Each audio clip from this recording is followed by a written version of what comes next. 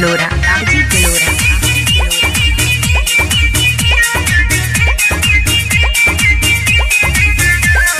यादव बबुआन के दाल लगली,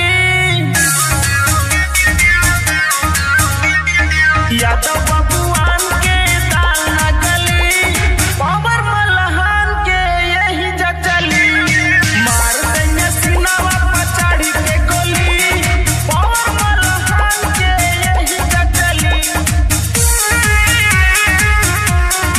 डीजे महेश मल्ला जी तिलोरा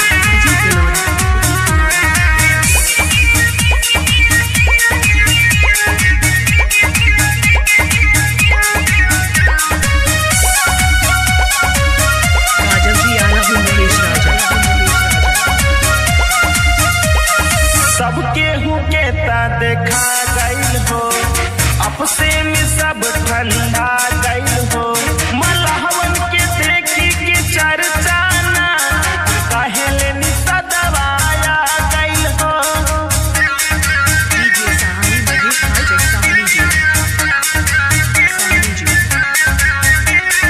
सबके हुके ता देखा गईल हो, आपसे में सब ठंडा गईल हो, मलहवन के देखी के चर्चा हो, कहेले निशा दवाया गईल हो, मार देंगे सीनावा पचाड़ के गोली,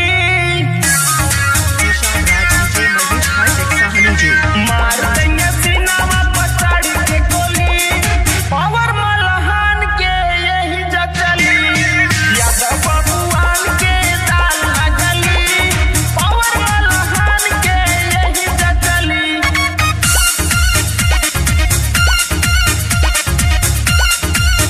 डीजे महेश मल्ला जी तिलोरा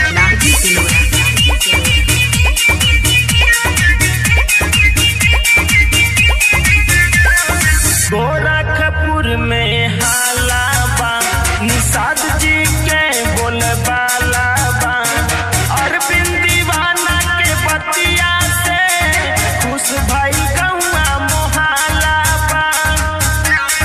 डीजे महेश सहानी हाईटेक तिलोरा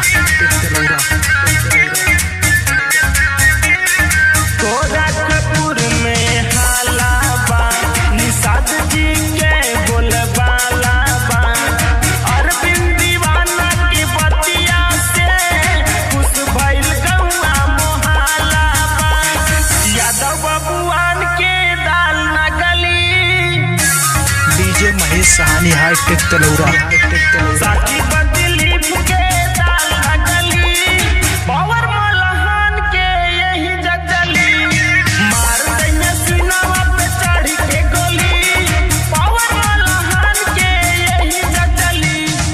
डीजे महेश मल्ला जी तिलोरा बाजार सिद्धार्थ।